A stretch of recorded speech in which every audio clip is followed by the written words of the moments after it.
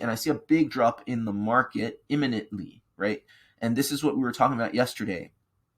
If you're subscribed to the channel, you'll know we said we were going to get an impulse, and this is very tricky to read. So don't beat yourself up if you can't make heads or tails of this. It's not simple. But the more you look at these charts, I think the better it is, or the easier it is to make sense of. But you have basically 1, 2, 3, 4, 5 waves here, right? That's your impulse from this A, B, C, okay?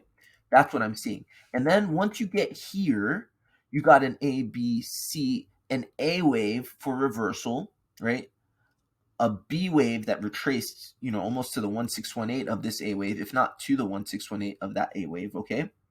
And this C wave is your impulse, once again, of this action. So you have A, B, C. This whole flat correction is your B wave. It's a weird looking B wave and making this an A wave. I hope I haven't lost anybody, right? So basically you have an A, B, and you're going to get a C. That's where I see the large drop coming.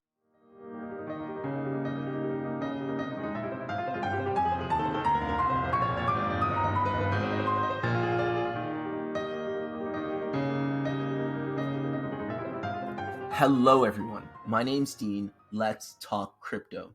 This is where you subscribe for daily Bitcoin updates and technical analysis. We track the price of Bitcoin as a proxy for the cryptocurrency markets at large.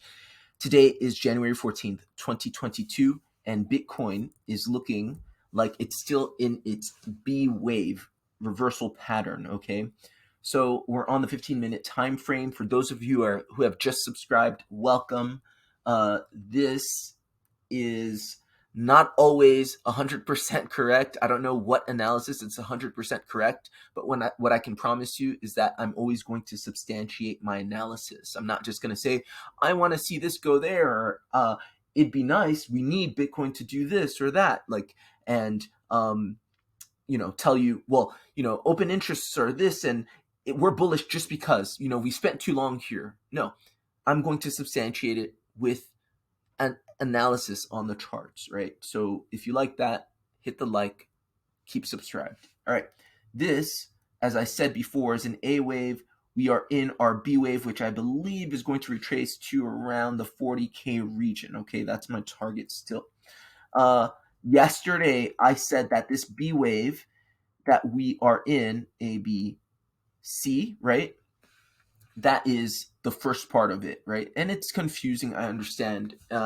There's a lot of people asking questions like, which B wave are we talking about? There's so many, it depends on what degree, right? If you know Elliott wave theory, you talk about degrees when you talk about waves. Essentially, I believe that this A wave concluded here, A, B, C, we got our impulse right there. What happened here was an A, B, C. This, what we just experienced, is clearly impulsive, right? Let's go on the 5-minute time frame. We can see that we just printed 1, 2, 3, 4, 5 waves up, right? And this may be wave 4, or it may be wave B that we're printing, B upwards. I'm leaning towards B. Why? Because just the structure of it doesn't look like a wave 4 retracement. Yeah, a wave 4 retracement doesn't usually have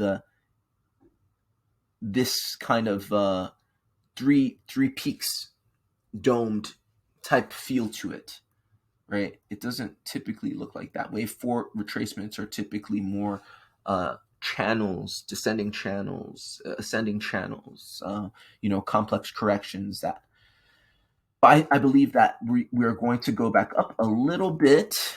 Maximal retracement 1618. So I see Bitcoin coming to a maximum of 43,550, something like that.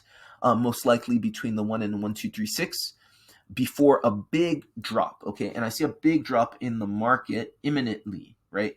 And this is what we were talking about yesterday. If you're subscribed to the channel, you'll know we said we were going to get an impulse, and this is very tricky to read. So don't beat yourself up if you can't make heads or tails of this. It's not simple. But the more you look at these charts, I think the better it is, or the easier it is to make sense of. But you have basically 1, 2, 3, 4, 5 waves here, right? That's your impulse from this A, B, C. Okay, that's what I'm seeing. And then once you get here, you got an A, B, C, an A wave for reversal, right? A B wave that retraced, almost to the 1618 of this A wave, if not to the 1618 of that A wave, okay?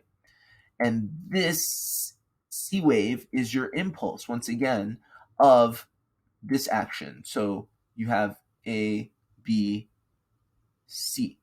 This whole flat correction is your B wave. It's a weird looking B wave and making this an A wave. I hope I haven't lost anybody, right? So basically you have an A, B, and you're going to get a C. That's where I see the large drop coming. And I believe if we want to find a target, there are a few things we can do. Let's go back on the 15-minute time frame. One of the simplest things is to simply use pattern analysis to get a rough estimate, right? And you see here, clearly we have a head and shoulders, right? Let me draw it out really quickly. I can't even find these tools. Let's see, where is it? Does anybody know where the head and shoulders is?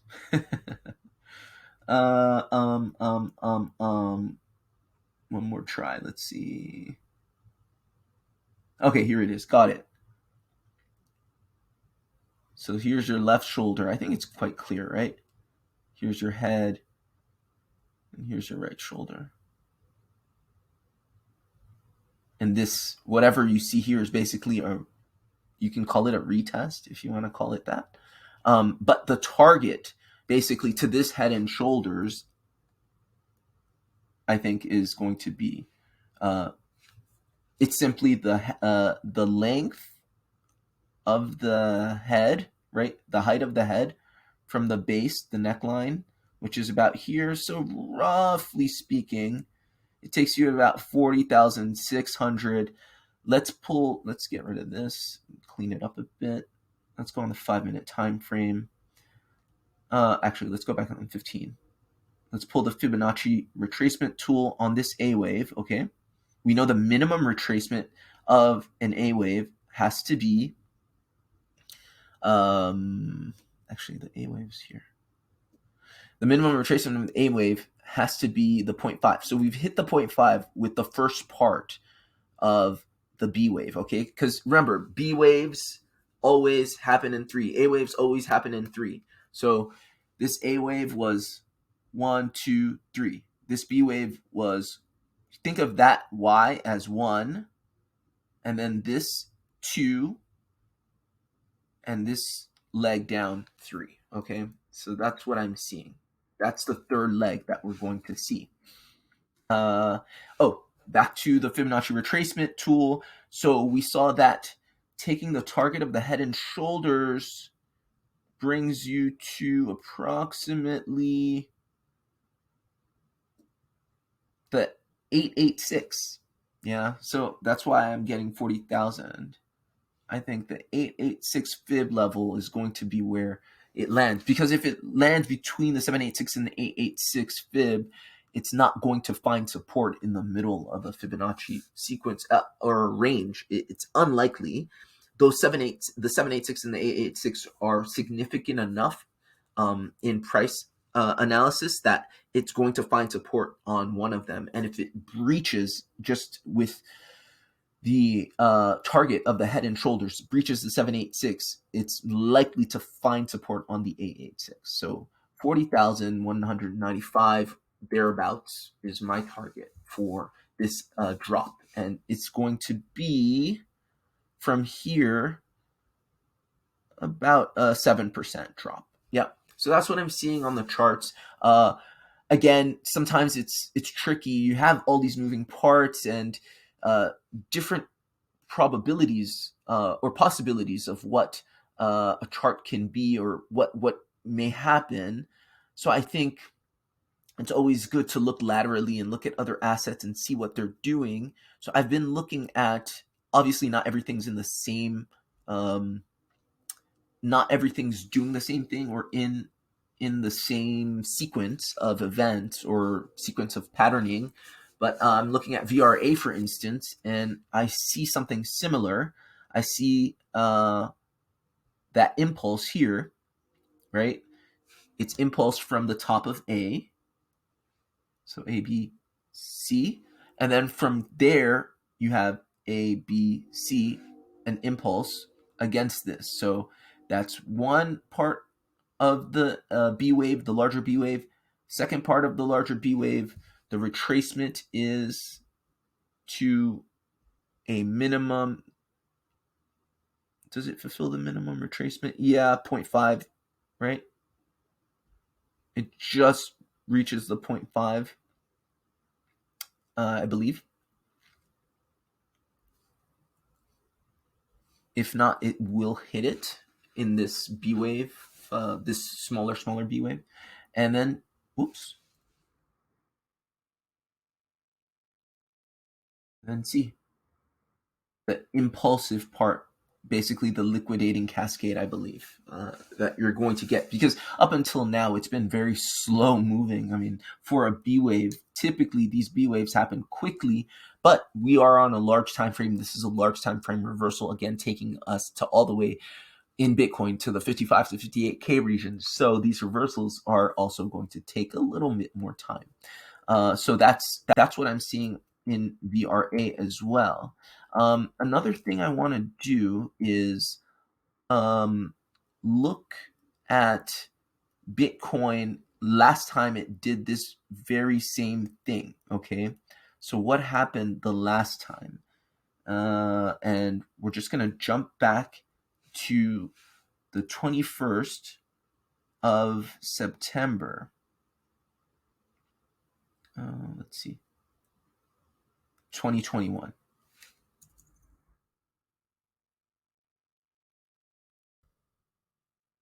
Do that right.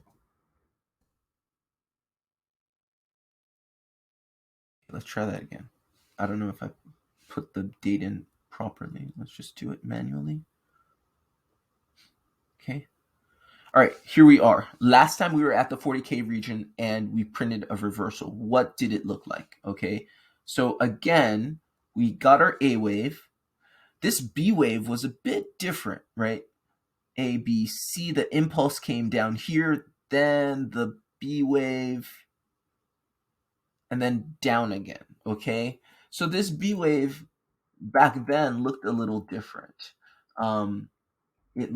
You had more of a cascading sort of liquidation event on the impulse of the impulsive portion of the B wave, right? So you had the 1, 2, 3, and that was all she wrote. Here we're getting something different, and that's fine, but that's just proof that it's not always that things repeat exactly. They may mirror one another, but it's not always that things happen exactly the same. So let's go back like so. How do you go back?